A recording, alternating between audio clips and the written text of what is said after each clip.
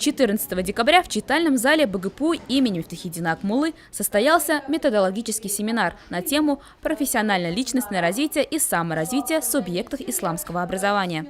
Организаторами выступили Научно-исследовательский институт духовной безопасности и развития исламского образования совместно с кафедрой профессионального развития педагогических работников БГПУ имени Мифтахиддина Акмуллы. Директор НИИ духовной безопасности и развития исламского образования, доцент Данияр Абдрахманов, выступил со словами приветствия. Всего в работе семинара приняло участие более 70 человек. Проведение подобных мероприятий становится с каждым днем актуальнее. На сегодняшний день исламское образование имеет ряд проблем. Это и дефицит педагогических кадров, несовершенство содержания учебных дисциплин и программ, планов исламских учебных заведений, недостаточная преемственность всех ступеней образования. Ключевой задачей семинара стал поиск путей их решения.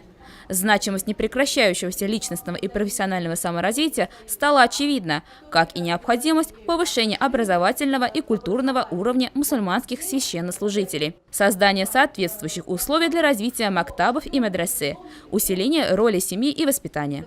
Подводя итог, было принято решение о разработке и издании методических рекомендаций по дальнейшей работе образовательных организаций.